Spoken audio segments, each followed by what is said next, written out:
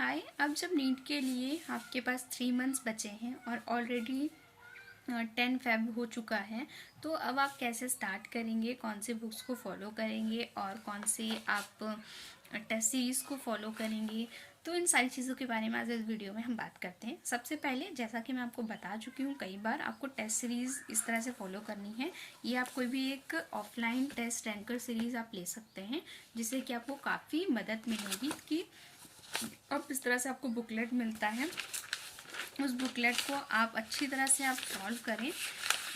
जब आप ऑफलाइन ये चीज़ें सॉल्व करते हैं ना, तो आपको ये पता चलता है कि आपको कौन सी चीज़ें आ रही होती हैं और कौन सी चीज़ें नहीं आ रही होती हैं। और जो चीज़ें आपको नहीं आ रही होती है, फिर आप क्या करते हो कि उस चीज़ों के बारे में उसे पढ़ाई करना या वो टॉपिक आप रीस्टार्ट करते हो कि मुझे ये टॉपिक नहीं आ रहा है, मुझे ये टॉपिक दोबारा से करना चाहिए। ठीक है। अब और ये है कि 3 मंथ्स में अब आपके पास बायोलॉजी भी है, फिजिक्स भी है, केमिस्ट्री भी है, तो आप ये तीनों कैसे कंप्लीट करेंगे। तो मेरा मानना है कि आप क्या करें, अगर आप स्टार्ट से शुरू कर रहे हो तो आप 2 आवर्स केमिस्ट्री के लिए दीजिए, 2 घंटे आप फिजिक्स के लिए दीजिए, 2 घंटे आप बायोलॉजी के लिए, 6 घंटे मतलब आपने दिए। लेकिन आप उन 6 घंटे में क्या कर रहे हो, आप वीडियोस देख रहे हो, मतलब आप लेक्चर्स देख रहे हो एक एक चैप्टर्स के। ठीक है। आपने फिजिक्स का कोई चैप्टर उठाया, आपने केमिस्ट्री का एक लिया, एक बायोलॉजी का लिया, तो उसमें आप क्या करोगे, जब आपने स्टार्ट नहीं किया, इट्स मीन कि आपको अभी चैप्टर आपसे बन नहीं रहे होंगे, आप चैप्टर के आपके कॉन्सेप्ट क्लियर नहीं होंगे, तो आपको लेक्चर तो देखना पड़ेगा। ठीक है। तो 6 घंटे तो मेरे हिसाब से आप लेक्चर के लिए निकाल दीजिए। फिर जो भी लेक्चर आपने आज देखे हैं, उसी लेक्चर को, जैसे कि आपने पहले फिजिक्स का देखा, फिर केमिस्ट्री का, फिर बायोलॉजी का देखा, तो आप क्या करेंगे, जब बायोलॉजी कंप्लीट हो जाएगी तो आप फिजिक्स के लेक्चर्स उठाएंगे। जो चीज़ें आपने आज पढ़ी है, वो चीज़ें आप खुद से अपने आप को ही पढ़ाएंगे। आपको ये पता होना चाहिए कि आप जो जो आपने अभी तुरंत पढ़ा, क्या वो आपको याद है, और याद है तो कितना याद है। ठीक है। सेम चीज़ आप फिजिक्स और केमिस्ट्री बायोलॉजी में करेंगे कि जो चीज़ आपने पढ़ी, 6 घंटे आपने 2-2 घंटे लेक्चर लगा के देखा, अब आपको 3 घंटे और देने हैं आपके सब्जेक्ट को। उन 3 घंटे में आप क्या करेंगे, रिवीजन करेंगे। ठीक है। जैसे कि आपने 6 घंटे देखा, फिर आप एक छोटा सा ब्रेक लीजिए 2 घंटे का, फिर आइए वापस और एक एक घंटे फिर सबका रिवीजन करिए, फिर आप 1 घंटे का ब्रेक लीजिए। ठीक है। अब आपके पास 6 घंटे, 3 घंटे मतलब 9 घंटे हो गए, फिर 1 घंटे का ब्रेक लीजिए और उसके बाद आइए और सबके जो जो टॉपिक आपने एक दिन में क्लियर किए हैं, उन हर एक टॉपिक का आप क्या करें, PYQs करें। ठीक है। जब तक आप PYQ नहीं करोगे, तो जितना टॉपिक आपने पढ़ा है या नहीं पढ़ा है, उससे कोई मतलब नहीं होता।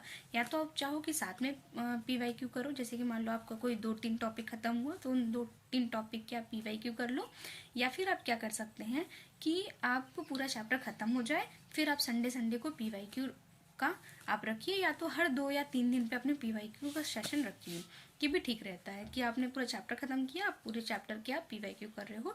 तो PYQ के लिए आपको नीट की ये MTG की फिंगर टिप्स यूज़ करनी है PYQ करने के लिए, बायोलॉजी में भी, फिजिक्स में भी और केमिस्ट्री में भी। ठीक है।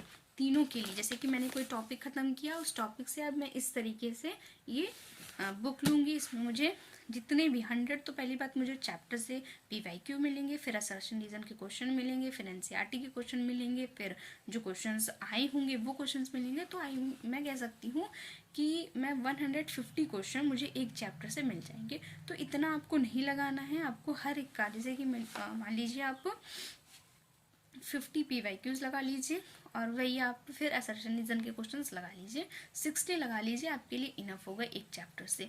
सेम चीज़ आपको सब में फॉलो करना है, मतलब कि आपको 10 to 12 आवर्स की स्टडी करनी होगी।